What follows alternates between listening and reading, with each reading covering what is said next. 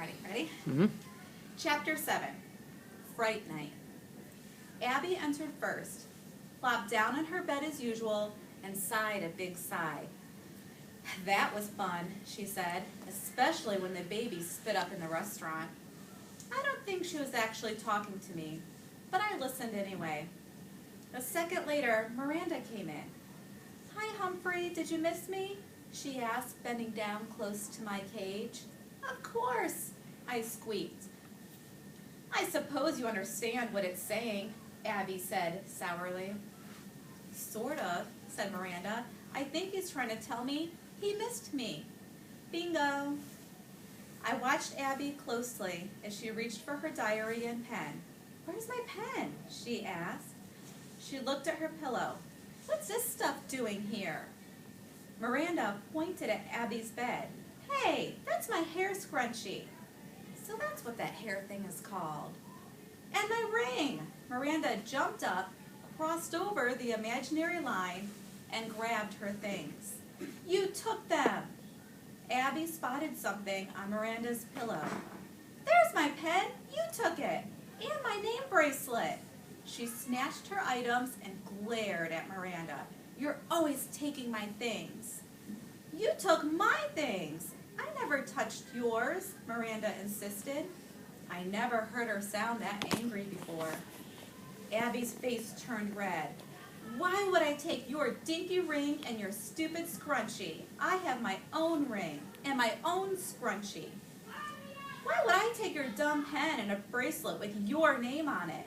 And why would I put them on my pillow where you can see them?" asked Miranda. "Just to be mean?"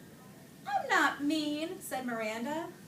"Anyway, isn't it weird that my things were on your pillow and your things were on my pillow?" Abby thought for a moment. Like somebody planned it. Like somebody wanted us to notice, agreed Miranda. Suddenly, they were actually talking instead of arguing. I crossed my paws. This had to work. Abby sat back down on her bed. "Who would do that?" "My mom wouldn't, or your dad." Miranda collapsed onto her bed. "Well, the baby didn't do it," she started to giggle. "Maybe Humphrey did it," said Abby, and she started to giggle. I chuckled too. "Those things didn't fly from bed to bed," said Miranda. "Somebody put them there on purpose." "Or something," said Abby. "Like a ghost." Miranda turned pale. "You don't have ghosts here, do you?" "No," said Abby, shaking her head. "Well, at least I don't think so." "There are no such things as ghosts," insisted sensible Miranda. She sounded like she was trying to convince herself. No, there aren't any ghosts, except in stories," I squeaked. I know I was trying to convince myself. "I know," said Abby. She opened her diary and tore out a page. "I'll write down every possibility of who could have done this. Number 1, Miranda." "I didn't," Miranda protested. "I'm just writing down all the possibilities. Miranda, me, my mom, your dad, Ben, Humphrey. They're the only ones in the house, right? Unless there was a burglar." The fur on my back stood straight up. Burglars are scary things. "Burglars break windows and steal things," Miranda pointed out. "The doors were locked, the windows were locked, and nothing was stolen." "I'm writing all this down. Burglar, ghost." Abby quietly stared at the paper for a moment. "Would you swear you didn't do it?" "Of course," said Miranda. "And I'd swear I didn't do it. Hey, wait a second.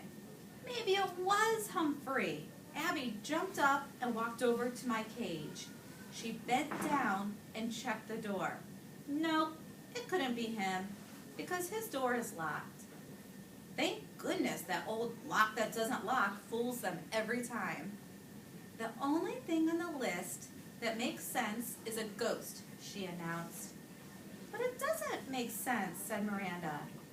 "I know. Abby agreed. The girls actually agreed on something. This was progress. They'd gone from not liking each other to being really, really, really mad to talking things over. After a while, the girls left the room to have dinner. This time, they left together. When they came back much later, they were still together. Dad said it didn't make sense, Miranda was saying. And Mom agreed, Abby replied. What now? The girls plopped down on their respective beds. I know, said Abby. Let's stay up all night. Why? To see if any ghosts show up. I felt a chill creep down my spine. I knew I was the one who moved their things around. And I knew I wasn't a ghost. But I still got a shiver thinking something scary, scary, scary just might show up. Lights out, ladies. Mr. Golden stood at the door later that night smiling. Hope you have sweet dreams. You too, Humphrey. Thanks, I squeaked back. Everybody all tucked in? Amy appeared at the door holding baby Ben. Yes, Mom. Abby snuggled down in her bed and pulled up the covers. Good night, said Miranda, pulling up her blanket as well. The lights went out, and it was dark, dark, dark in the room, except for the nightlight in the wall, which gave off a pink glow. The girls were quiet for a few minutes. Then Abby whispered, Are you awake? Yes, Miranda whispered back. Know any scary stories? Asked Abby. I certainly knew a few, like about the time Clem the dog almost ate me, or the time Aldo first came in the room at night and I thought he was a ghost. Miranda thought for a minute and said, I remember one from camp. Tell it, said Abby, but not too loud. Miranda, sweet golden Miranda, told a fur-raising tale about a hitchhiker who turned out to be a ghost. The way she told it, it was scarier than facing Clem. That was a good one, said Abby. I know one too. Her story was even worse. It was about a group of kids who dared each other to go into a graveyard at night. One girl went in, saw a horrible face, and died of fright. Recalling Og's gruesome grin, I felt faint after that story. Abby, Miranda whispered, maybe we shouldn't tell any more scary stories. I'm feeling kind of weird. Me too, said Abby. Let's be quiet. It was quiet, all right. Maybe a little too quiet for a nocturnal fellow like me. Without thinking, I hopped on my wheel for some exercise. I guess that wheel needs oil because it went screech. When the wheel screeched, both girls screamed, ah! By the little pink light, I could see them leap from their beds and wrap their arms around each other. The door abruptly swung open, and the big light came on. Ah! The girls screamed again. It's just me, said Mr. Golden, rushing in. What's going on? It must have been as surprised as I was to see Miranda and Abby hugging one another for dear life. There was this terrible noise, said Abby. Horrible, said Miranda. That was my cue to hop back on the wheel. Screech! All eyes were on me. You mean that noise, said Miranda's dad, pointing at my cage.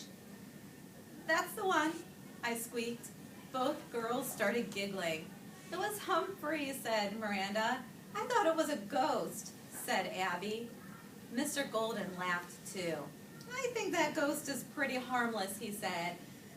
Now, do you think you two or you three can get some sleep? They agreed, and he tucked the girls into their beds. It's good to hear you two laughing, but no more screaming, okay? He said as he turned out the light. The girls were quiet for a while longer, and I stayed away from the wheel. I heard Abby whisper, Miranda, could you sleep over here with me just for tonight? I was going to ask you the same thing, said Miranda. Miranda crawled into bed with Abby. Did you ever hear the story about the ghost in the attic? Abby whispered. Tell it, said Miranda. And she did. I couldn't have slept at night, even if I wasn't nocturnal. On Sunday morning, neither girl mentioned how the ring and the bracelet, the pen and the hair scrunchie all got moved. Neither girl mentioned an imaginary line either. They did their homework at the desk, braided each other's hair, and made a maze for me to run. And when they said goodbye on Monday morning, Miranda said, "See you in 2 weeks." Abby said, "Great." All things are uncommon among friends, by Diogenes, the Greek philosopher.